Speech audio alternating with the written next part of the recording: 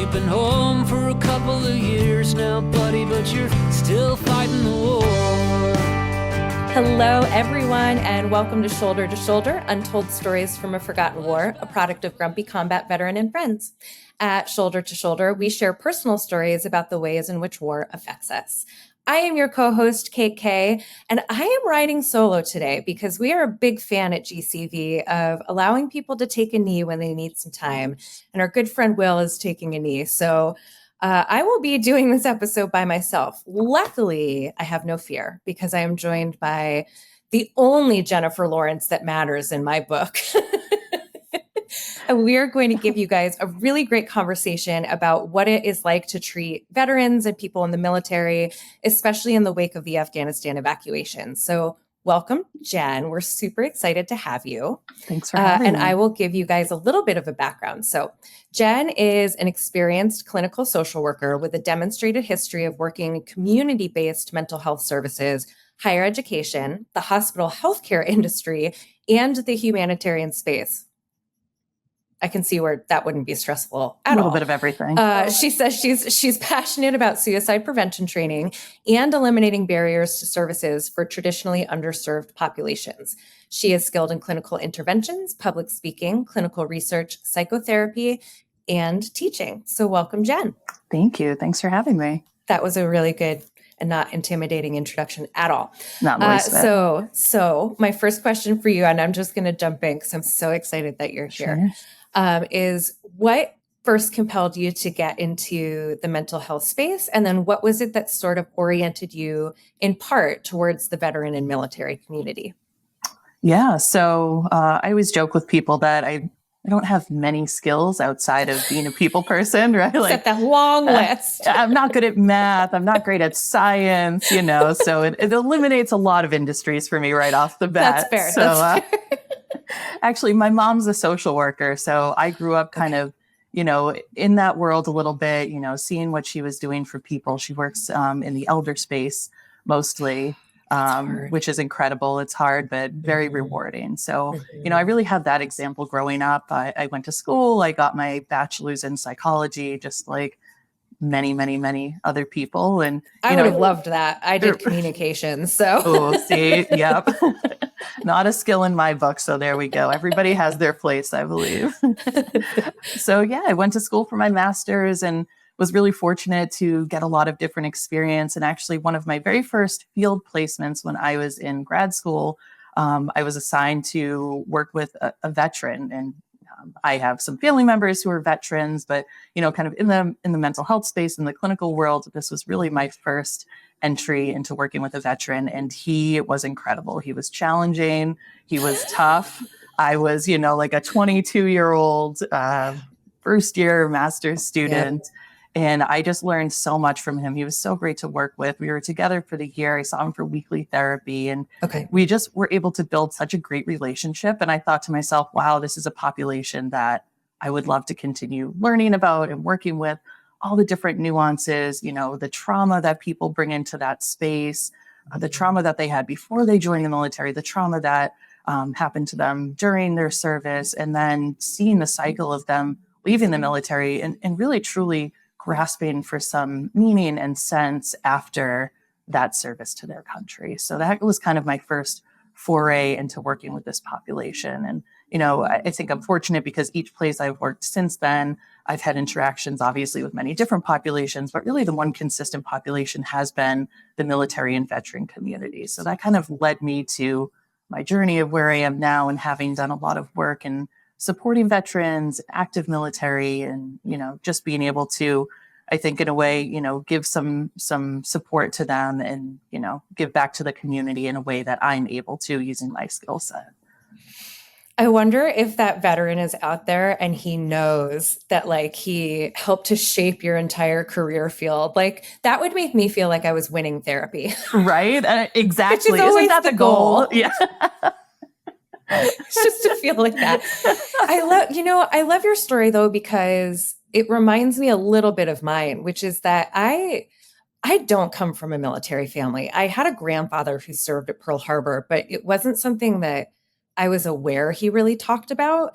And it's not something that like my family talked about. There wasn't that sort of trickle down where then my uncles went into military service. But for some reason, after law school, I was really clear that I wanted there to be a community that needed service. Mhm. And veterans kind of fell into my lap. Like there was a job opening, I applied. And I just remember walking through the hallways that first week and thinking that I felt so grateful to have accidentally landed at a place where I felt like I was not needed. That's really self-important, but like there, there was a space that was really Definitely. necessary.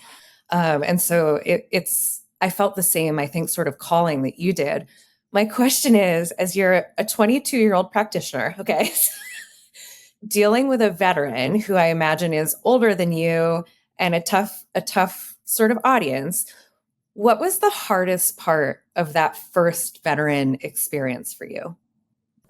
I would say the hardest part was really building trust, right? Like I'm 22 years old. I'm a young white female. This was somebody who had been to war, like very visibly obvious, very emotionally obvious, and just having to build trust kind of very quickly with somebody who was in crisis, who was very much in need of this mental health support. I walked into the room and I could see it on his face. He was like, probably like, are you effing kidding me? Like, this is who you sent to me, like a trainee. That must have been a little bit of a hit to your confidence. Right? You're like, oh, good. And I had the tiniest little blurb about his background, literally probably like a sentence. Okay. Right. So I'm walking in not knowing who I'm going to encounter here. And for me, it's like, I'm new to this field. I'm still learning in so many ways, still gaining experience. What can I possibly offer this person who has such a significant life experience that he needs support around processing? Like, what can I offer to this person? And being able to build that trust very quickly was so important. For me, I just took it as like, listen, I'm here. I have this set of skills that I think, and it sounds like could be helpful to you. If you give me a chance to just show you, kind of what I can do for you, mm-hmm. then I think we can really make this work. And, I think he was, again, kind of off-put when I walked into the room, but skeptical is a great word. He started out by telling me how obviously he didn't want to be there. He had some friends and family and some battle buddies who really were kind of forcing him to be there. A friend actually brought him, somebody he served with, flew across the country to bring him to our clinic for some support because he was in crisis. And then, you get me. So, just hearing his story about, he tried to seek services while he was in the military and that didn't go well, just how off-putting that was. He was worried about all different things. He had a security clearance that he wanted to maintain. And if he ever went to the hospital or they, saw that he was seeking services, a lot of mistrust around, could that be revoked? What's going to happen to me? Will they take my firearms against my will? Will I be locked up? So again, he already came in with a distrust of the system to begin with. Mm-hmm. So it was challenging, but we did it. He came back week after week for an entire year to see me. So I always think, something was going right. We built that trust. We built that rapport. He never missed a session. Even when it was a holiday week, we would accommodate our schedules to make it work. I mean, he was the most consistent client I think I've ever had in therapy. He set a trend. Which is, pretty impressive that he was so dedicated to his recovery mm-hmm. and, really putting in the work. And he put in, an incredible amount of work and effort in therapy to get where he was at the end of our year together. And, but always building that trust, building that rapport, especially with somebody who came from a system where they had a lot of mistrust, where they were treated poorly in the past and having to kind of make up for that in a way. Mm-hmm. I think one of the things that I've encountered, and it's so hard because it's such a true feeling, like it's so valid for people to feel this way, but I have no mental health training, right? So mm-hmm. when I started doing the volunteer work, I was saying really honestly to people, like, I will never be able to understand your experience.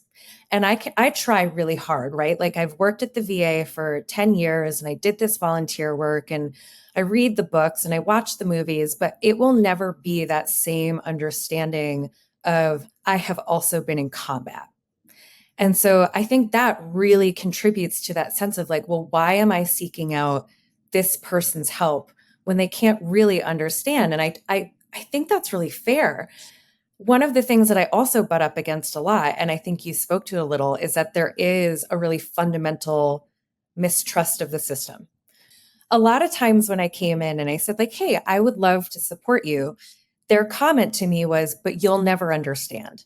And it's totally fair. I won't, because I can do all of the reading and I can talk to all of the people, but I have never been in combat and I have never been in the military. And that is a really hard gap to bridge.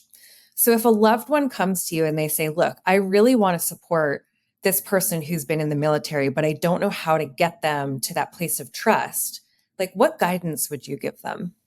I would say it's just about being human. I think back to that experience with that client, and I definitely made mistakes along that journey, right? Like I was Everyone does. new to the field. I wasn't familiar with that population instantly. Again, similar to you, I had a grandfather who served. He was from Ireland. He served in the British Army. I have a cousin who just retired out of the Army. But other than that, my family doesn't have a significant amount of military experience. So, Okay.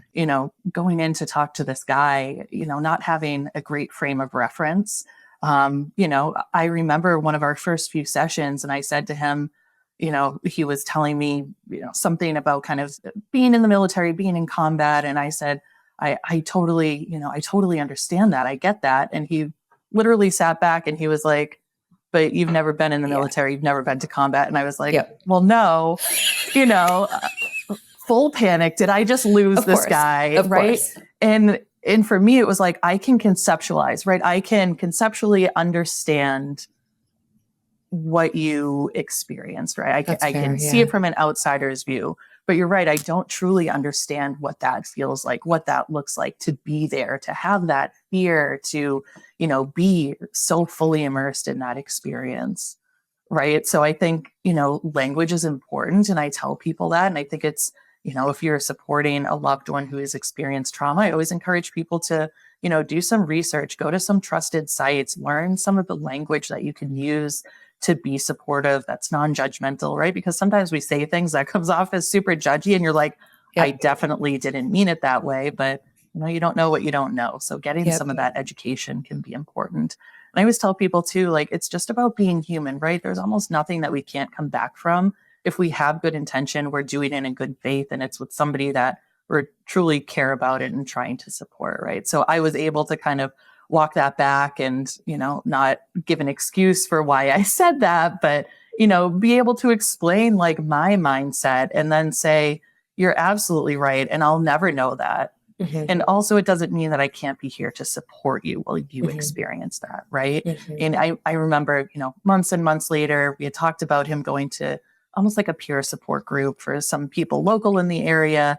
And I remember he went a couple times and he said, it was fine. It wasn't really, his thing. And he said, it surprised me that so many people saw all different types of combat, yet I still truly didn't feel like somebody could understand what I personally went through.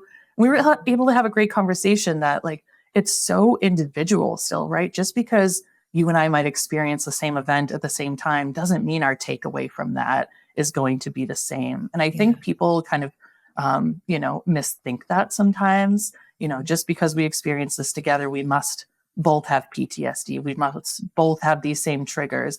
And that's not always the case. People deal with it differently. Our minds are wired so differently that something that's really traumatic and has a lasting impact for somebody might not be a trigger for the person that was next to them in battle. So again, a big piece of the learning journey with that. And also, seeing him learn in that way too, and being able to realize, okay, I can own what I own. And it does sometimes feel lonely that I'm the only one feeling this, but I know that other people have a similar shared experience, and that's something that we can connect about. So, yeah. That's interesting. correct me if I'm wrong. I think one of the things that I noticed in doing the volunteer work was that the veteran community really wanted a sense of control over what their narrative was and what their suffering looked like.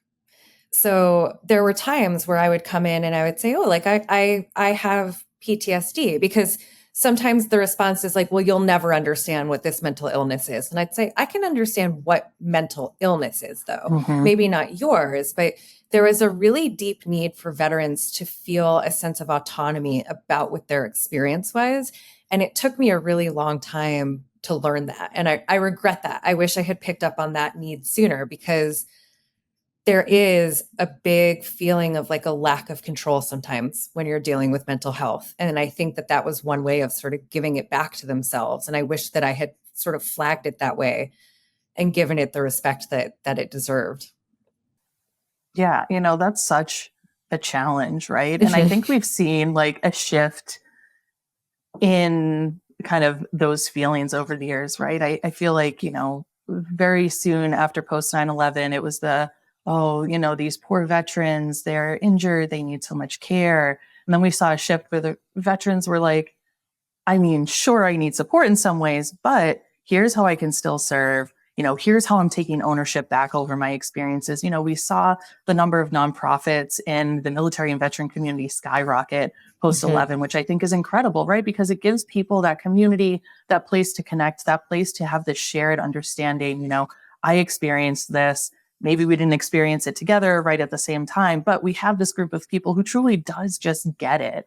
It's hard for outsiders, even people who work very intimately within this field like you and I, to get that sometimes. And I think there's a huge place for these like volunteer groups, these nonprofits, thinking about the work that we did with the, Afghan evac coalition, a place for people to come together and, like you said, kind of take control back over their narrative and really just the impacts that they want to continue having or have in this space.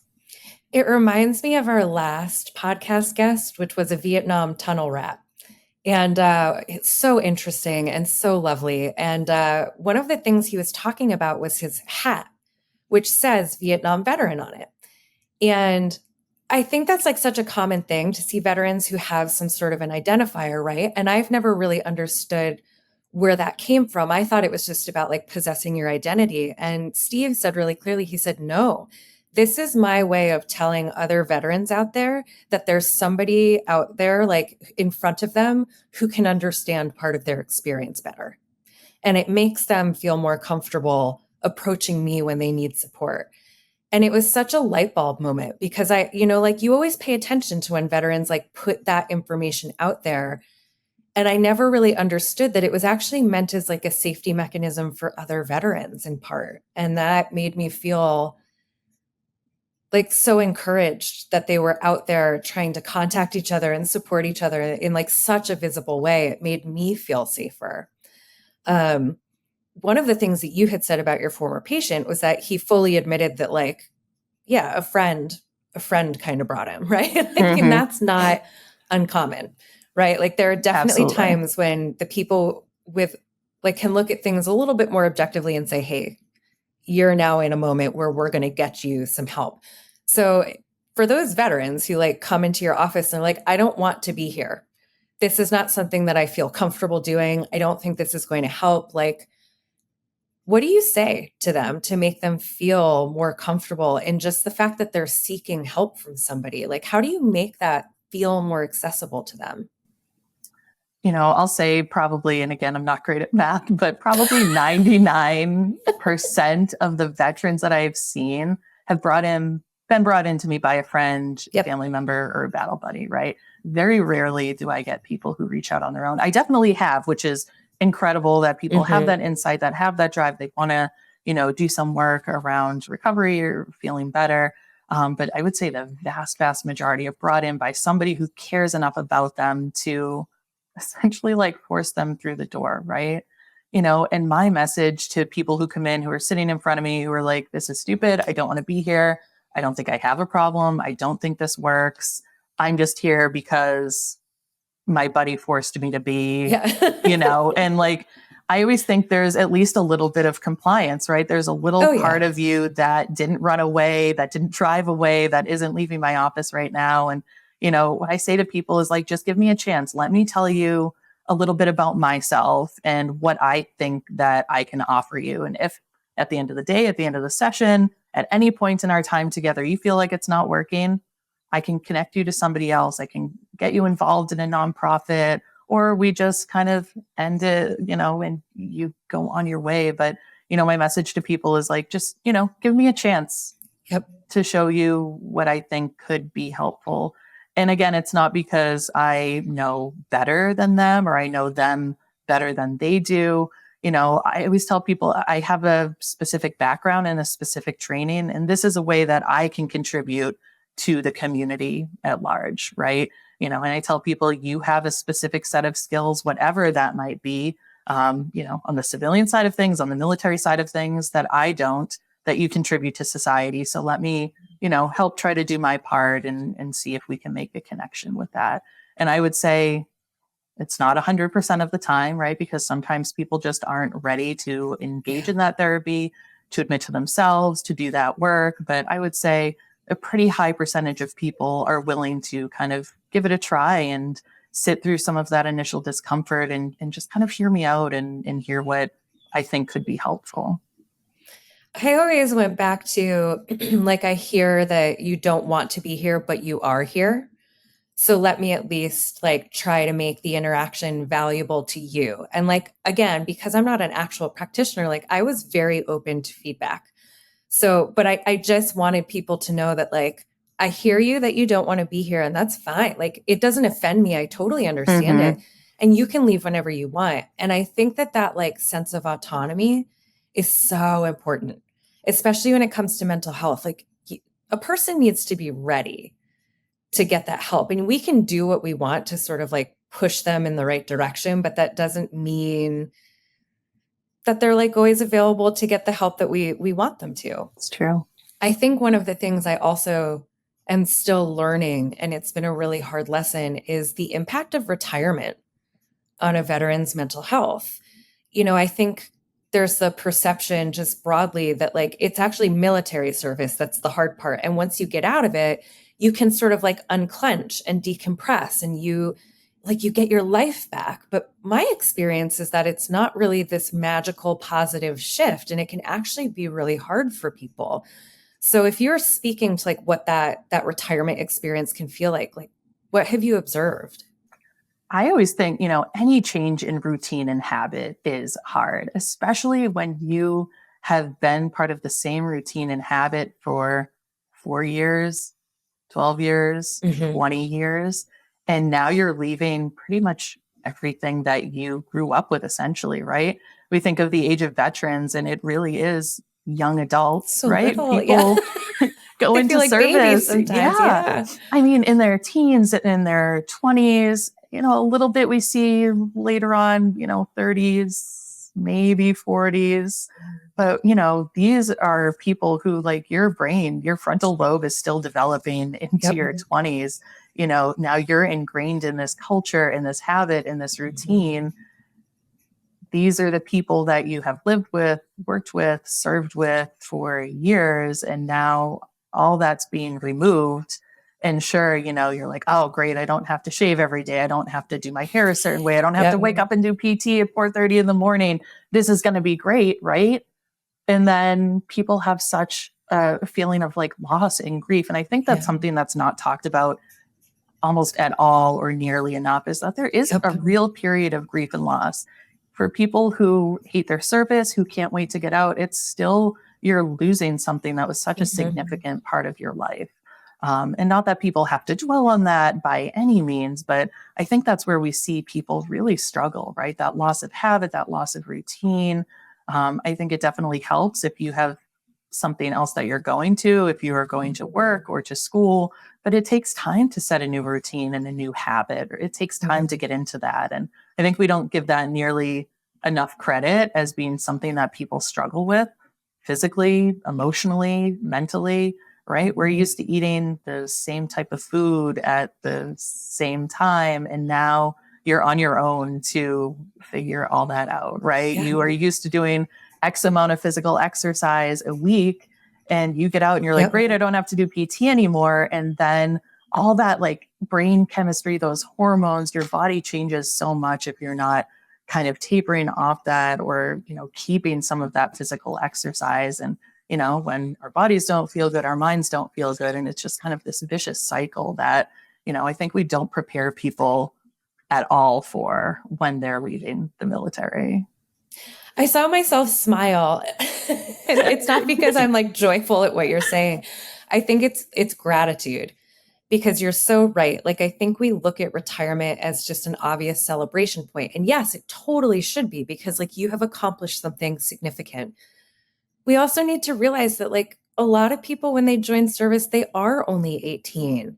Like their brains are not fully developed yet. So like the routine and structure and environment that we put them in, that becomes really imprinted on their understanding of themselves. And so when we push towards retirement as like, this needs to be an obvious celebration point, we don't make space for how difficult that shift can be. I think that just adds to a veteran's burden, because then they feel like they can't acknowledge the hard parts of it. Like they're not allowed to. We've sort of taken that part of their voice away from them. And I just, as somebody who loves veterans, like I think that retirement experience can be brutal. Absolutely. And so I'm just like really grateful to hear somebody else say like, hey, this is something that we should pay attention to, both the good and the bad. Yeah. I mean, really, if you think about it, like people are losing their sense of identity, their sense of purpose, their sense of community when they leave the military, right? It's like you said, everything's connected to that. People serve because they want to serve, at least on some level, right? And when you commit your career to that, or you commit these really significant periods of your life to that, right? Like your 20s are like prime time for a lot of people, right? You were young, you were full of energy and life, and here you are giving it to your country to serve, right? And then you leave, and whatever you experienced in the military, has all different impacts, but really that loss of, community, purpose, and identity is huge. And again, something we don't talk nearly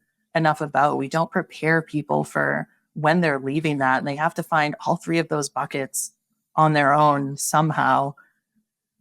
It's hard. Yeah. I think one of the things the tunnel rat Steve also said was, service changes your mind, body, and soul. And unless we can sort of look at not even a treatment model, but just like an understanding model, like look at retirement and service through that lens, then we're not really taking into account the full scope of sacrifice and impact that it's really had on people. Talking about retirement has also made me think about like a lot of times you hear veterans saying, well, this was the first chance I really had to rectify what my service meant for me. And I think that after Afghanistan fell to the Taliban in August 2021, that really interfered with a lot of veterans' abilities to like take part in that understanding process, and that just like looking back on service and what did it mean. You as a practitioner, were you watching that on the news? Did you have any sort of an understanding about like the ripple effect that would have on veterans, or did it sort of come later?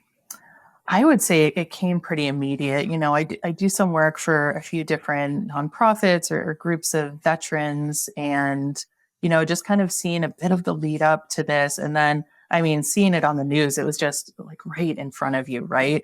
And all I could think about was all these people in my now community, right? That I knew were going to be just devastated by this. People had served over there. They had friends and connections they made with people who still lived there. Mostly they were like their translators, people who kept them safe when they were, in that space. And it was almost immediate that my phone just kind of message after message after message, people were grouping in each other people. And I would say the biggest thing that I saw was people saying, I'm worried about my friend so-and-so who I know has a strong connection to their translator still, or I need to get to this person. How do I get this guy some help right now? And, was it even people they had talked to when this happened, or that was their immediate thing, was to my friend or my battle buddy? And, on one hand, devastating to see that news. And on the other hand, having this piece where I was like, okay, there is still humanity, right? There is still good parts of this. And then how do we come together to get people support, or, for veterans wanting to go back and serve now in a very, very different capacity, in a way people like weren't skilled in, right? Who's skilled in kind of case management or crisis management or negotiating or networking, and people who really truly just did want to help. And again, like, how do you make your service make sense when something like this happens?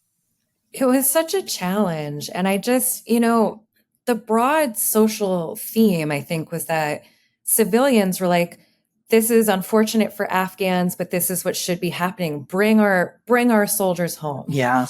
Without any sort of understanding that, like, a lot of these people who served there felt lost and abandoned by the government in those moments, whether they had an interpreter who was left behind or not. Like, you lose something when you go into military service. And when you see that it is challenged in this much, like, this big of a way, I think that, like, a lot of veterans were left wondering if their service was even worth it. And that is an impossible place to be, because you can't take it back. Like, you've done what you've done, and you've participated in certain ways. And the government incited you to do these things based on certain promises that then were pulled back. Absolutely. And so it's just, like, really heartening for me to hear that there were practitioners out there, at least, who could peg, like, this is going to be something bigger than I think people understand. At the time, you were already, I think, volunteering with Give an Hour. Is that right? Yes. So will you give people a little bit of an understanding? I'm a Give an Hour fangirl. Just give them a little bit of an understanding about, like, what services they offer and what you were doing with them at the time. And then, like, what the experience or the tone was as you guys watched this withdrawal happening. Like, was there any sort of discussion or preparation between the staff of, like, this is something we should pay attention to? Yeah. So Give an Hour is an incredible organization. For people who aren't familiar with it, go check it out. It was started, I don't even know how long ago. I've been with them for, I think, over 10 years now. I started out just as, they were incredible. So they really started out by getting this network of therapists all across the country, and internationally too, right? People based in other areas, to donate an hour of pro bono therapy a week to a military veteran, a family member, a loved one of a veteran, or even somebody who's still active duty, right? So their big thing was, how do we break down barriers? How do we make mental health treatment accessible to people who don't have insurance, don't want to use insurance for a certain reason? And how can we connect them almost like instantaneously to support, right? So it was incredible. This organization was started, and since then it has expanded to include other really, like, human-made traumas and events. So they do support around mass violence. They did work with the Route 91 and borderline mass shooting. They were able to provide victims and family members a ton of really incredible support. They do work kind of in the DC area. They reach out to, they work with providers, they do a lot of trainings, and it's really just an incredible organization that has taken a look at, kind of all these different buckets, right? The physical health, they do work around rare disease caregiving, and just figuring out kind of where those gaps are in our society and in our community, to where they can fill in. So it's definitely an incredible organization. If people haven't checked it out, I definitely encourage you to. So. And you guys can donate too. Like, there are lots of ways to support. I just remember one of the programs that we tried to launch, and I think you were very aware of it at the time, was something called the Resilience Duty Officer Program. Yes. Where we wanted the people who were volunteering in the evacuation space to have access to 24/7 mental health care. And I just remember at that point, like, I felt like I had been begging people for support, just going out there on behalf of the veterans and the volunteers, and saying, like, there's a group with a significant and severe and immediate need. Will you help us? And so often we were met with silence. And Givenhour responded immediately. Like your CEO, like Trina responded to my email within like 12 hours. We had a phone call 2 days later, and the relationship has never stopped. And I just like, to anyone who volunteers at that org, like, please know that I see your goodness and like taking your expertise and the way that you are just offering it to people who are so desperately in need. And I am so grateful to every single person who is affiliated with that organization. Like, you are doing such necessary, critical work. I have seen its impact on people. I have referred so many people to you guys. So just interrupting for no other reason than to just say, thank you to the org and everybody who volunteers there, because you are so meaningful to so many people, even if you don't hear that every day.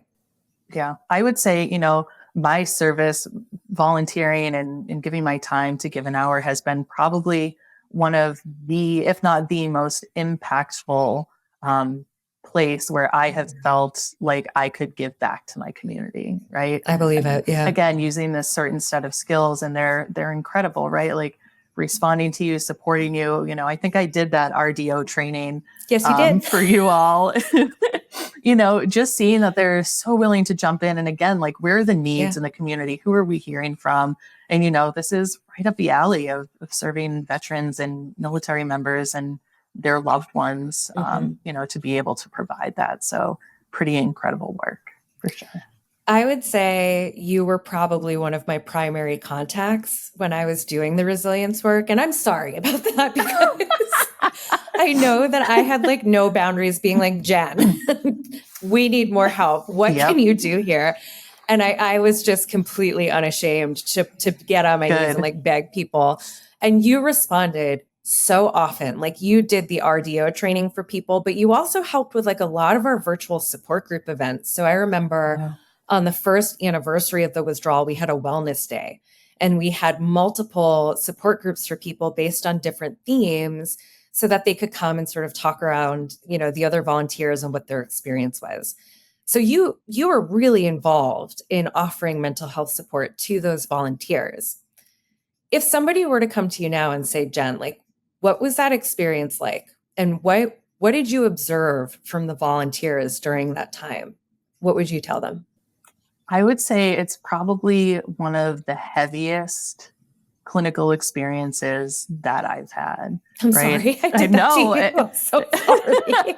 But I would say it's because people were so invested in supporting each other and getting support for themselves. And I would say, just the work that people were doing. And again, the people that we had volunteering that I was so fortunate to support, again, weren't like trained in anything that they were doing, like the opposite, if anything, right? Having to learn on the fly, having to put in this work and really coming to this specific space that we gave them with a lifetime of other experiences that were also impacting the work that they were doing here, right? So while it was so heavy, it was also, again, one of the most rewarding pieces of work that I've ever done, and definitely one of the most inspiring groups of people that I've ever had the privilege to work with. So it was, such an incredible experience. And I feel like we just got so much from people in terms of their time, their effort, their energy, and really truly their passion for wanting to help and, kind of do their piece in this work at a time where they felt abandoned by the government, where they felt like they weren't getting support. There you are out beating the drum and getting essentially nothing back, until Give an Hour was there. And then, just the robust support that, Give an Hour was able to offer in this space was, it was incredible. If I had to use one word, it was incredible. I'm going to pull that as a clip and send it to the volunteers, because I think they don't hear it enough, right? And we really tout what they did with Afghans and in terms of the evacuation. Like, we're really quick to go out there and be like, this was a civilian-led effort. It is unprecedented in scope and the amount of work that people were doing. And it is like, it was really encouraging to see, but it was also so hard. Yeah. Like, it was so heavy. And I'm grateful that you can help me give voice to that, because a lot of times when I start saying like, okay, we were offering mental health support to the volunteers, I think people don't piece together what that really entailed. And I think what was so hard for me was that we weren't getting outside support other than Give an Hour. So much of what we were trying to offer the volunteers was programming that was run by other volunteers, right? So like I was also a case manager. I was also helping Afghans at the time, and I was doing some legal counseling. I was trying so hard to fill all the gaps, but that was just one that I remain really frustrated fell largely on the shoulders of the volunteers. Yeah. So one of the things that we're really trying to do now is to go back to Congress and to, the administration, and to say, look, what happened, but it will now have lifelong consequences for the volunteers. Like this was trauma in a way that altered them forever. As a practitioner who knows what the needs of the community is, if somebody in Congress were to come to you and say, okay, Jen, like we will offer support, what would you recommend to them? Like, what would that look like for the volunteers?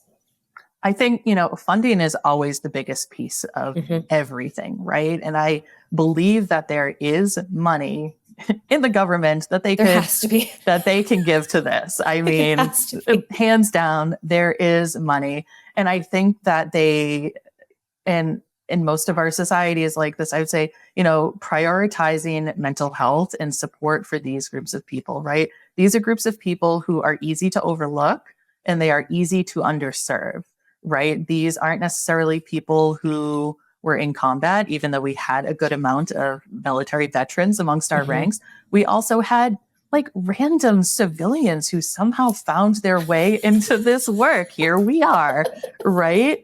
And I think the focus on secondary trauma, vicarious trauma, whatever, phrase you want to use for that. And at this point, I don't even think it's secondary, right? These people experience primary traumas, talking to people in a war-torn country at a time when their country was falling to the Taliban, right? And again, some people had connections to a translator, family members, people that they knew over there, or they were just getting connected and hearing people quite literally hiding while their doors were being kicked in, while their houses were being searched, while they were begging. I mean, and I think begging is not strong enough of a word of what some of our volunteers in this coalition were hearing, just the pure desperation of humanity to get people to a safer place. I mean, that is so traumatic for somebody to hear, and to continue supporting this individual or this family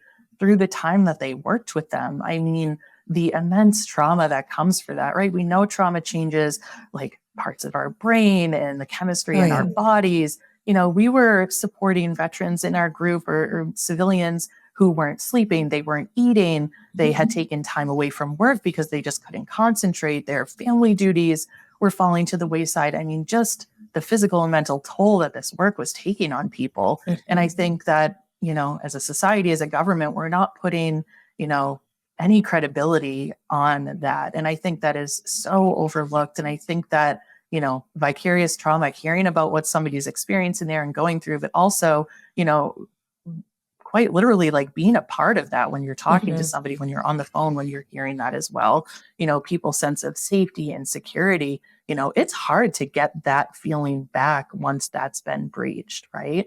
And again, I think, for people who served over in that area, questioning your service, like, what was I even over there for if this is the end result at the end of X amount of years, right? Like, what was it worth? Why did I lose so many friends? Why am I battling PTSD, suicidal thoughts, suicidal attempts, losing friends now years after because of moral injury, because of PTSD?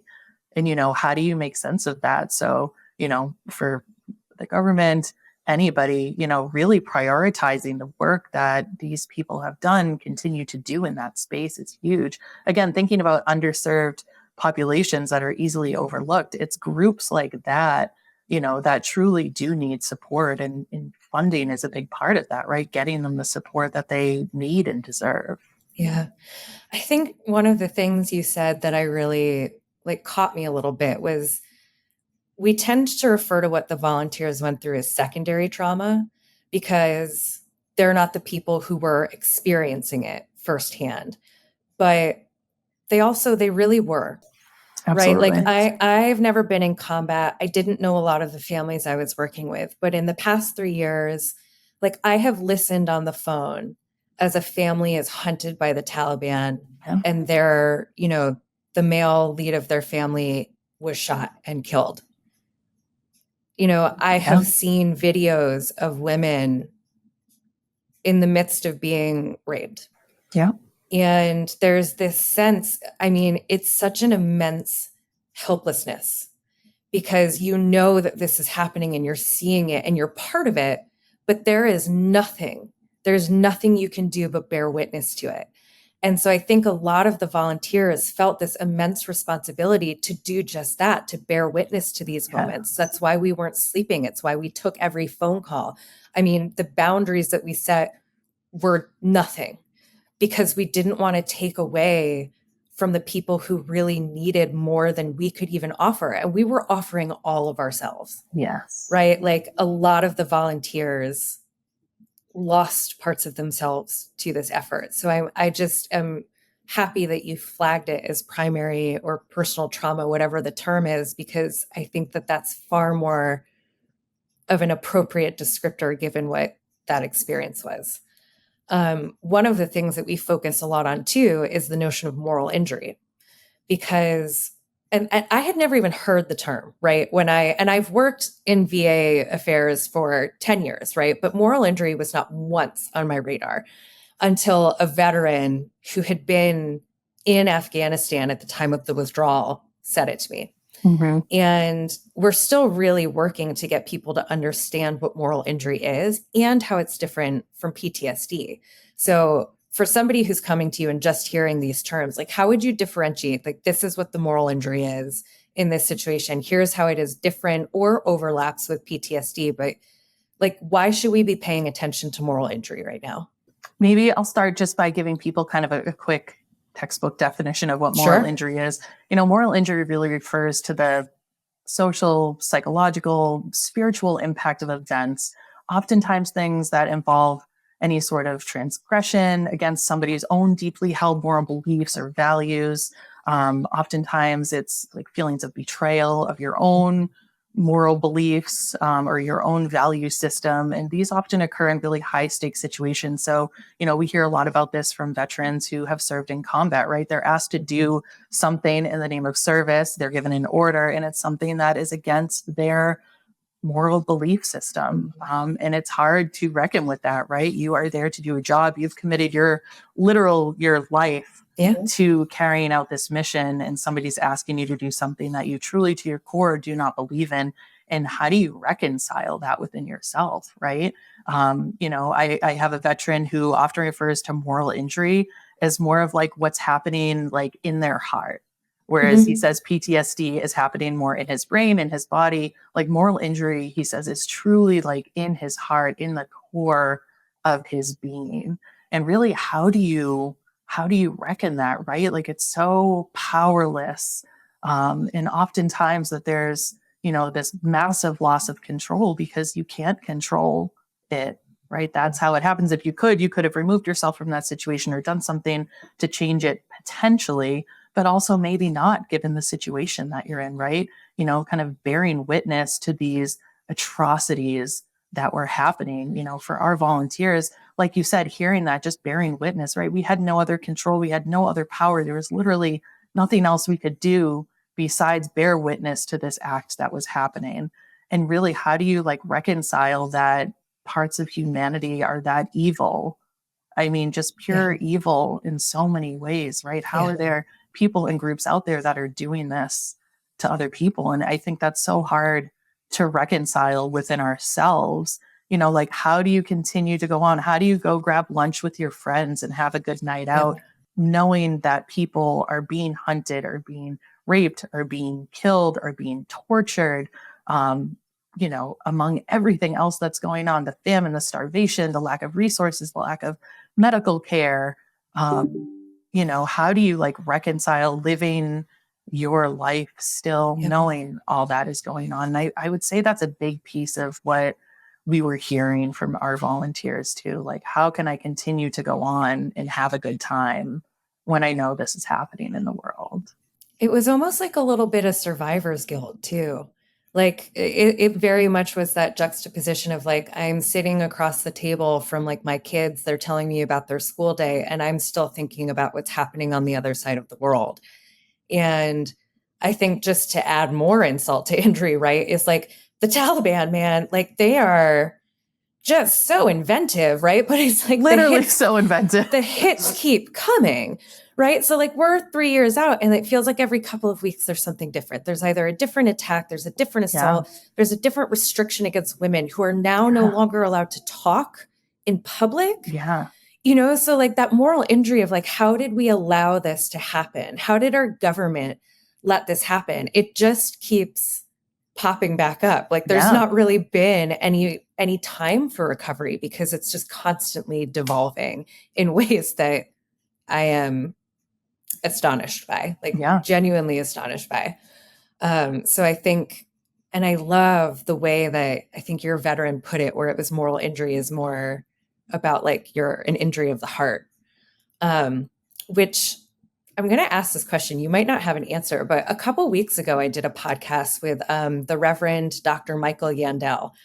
And I love him. We came from such different perspectives. And I had said really clearly up front, I was like, I think that we need to put this in the DSM.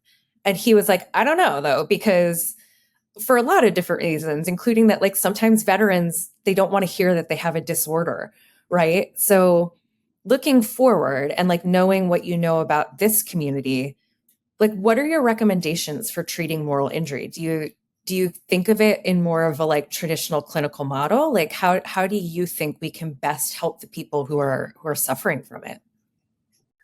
You know, it's interesting because I hear that and saying, you know, is this a disorder? Do we want to put that label on somebody? And for me, you know, using the DSM, it's really just kind of a very small piece usually of what I do.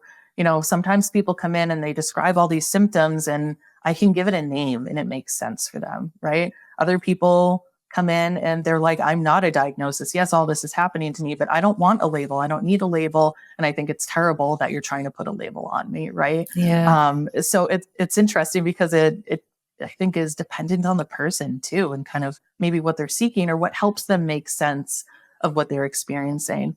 I also think that, you know, unfortunately, because the way our society works, including in the world of mental health, that sometimes putting it in writing with different classifiers gives it more legitimacy. And I think it's unfortunate. I think our field is so reactive still instead of proactive in a lot of ways.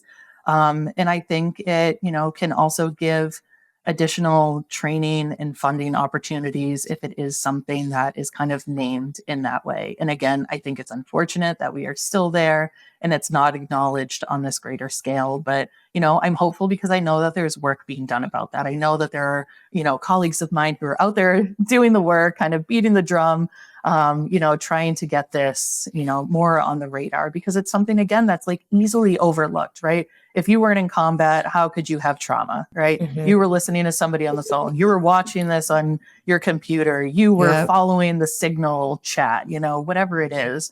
And I think, you know, it's so misunderestimated what people have experienced. And, you know, I think that there should be and will be more work being done around that. But I think it takes people like you, like me, like others, you know, really doing the work to put that out there. I was smiling because GCV has actually sponsored one of the first support groups that's specifically for moral injury. And I was like so excited about it. Like we found Rebecca Edmondson, who's the most incredible provider. I mean, how lucky are we that she is even on this earth, let alone like working with us? Yes, I agree. And it was so hard to get people to apply. So like when we first put out feelers, we were saying to people like, is this something that you think would be helpful? And the response was overwhelming. And it was like, yes, this is something that would really be useful to the volunteers and to veterans. And then once we opened it up, people were like, but I don't want to acknowledge that I have it Myself. Yes. I don't want to be a part of this. So we really had to dig hard to find people who were willing to like participate and contribute, because we want the group to, among other things, offer data set for training for future practitioners. Yes. But I got an email from Rebecca last night after the first session, and she was like so activated. She was so happy to be a part of this group. And she said, like we even went over our time, which is a 90-minute session. She said, because people wanted to really like be a part of it. And it was the first, like I sat back in my chair and I just like, I felt relief, because sometimes you can, what is it? You can lead the horse to water, but you can't make him drink. Yep. Right. And I just was I felt so grateful to have 13 people though, who are like willing to actively participate, because I think that's how we get moral injury, sort of the attention and the understanding that it really, people need. We are just about at the end of our time, which is really disappointing to me, because one, I love having any reason to talk to you, but everything you have said, Jen, if we'd accomplished nothing else in this episode, it felt like you were speaking to my heart. I felt, as one of the volunteers in this experience, like everything you were saying just put a spotlight on like the reality of what it was. So thank you for like the attention and the care that you have given this community. I recognize that it wasn't like an obvious one from the beginning about like what the needs would be, but I have been so grateful for you and your colleagues and the way that you have really validated the experience. You guys came in and said to the volunteers, what you're going through, like you're not crazy to be suffering. And they really deserved that. Absolutely. My last question for you is, of all of the like support that you've given and all of the experience, do you have one thing, like one interaction that like really stood out to you, whether because it was so distressing or like so good, but like what was one really memorable moment from working with the volunteers? I think that's easy, because the first one that came to mind, it was the very first group that we ran for the volunteers. And, again, people came in only knowing each other through some like communication channels, oftentimes haven't not seen each other in person. And people felt so siloed in the work that they were doing, even though there was this coalition that was brought together. And it was incredible just to hear people like thanking everybody else for being there, for their support. And like the group hadn't even started. And that's how people started this very first call. And just to hear a few people say, I have felt so alone for the last X amount of weeks.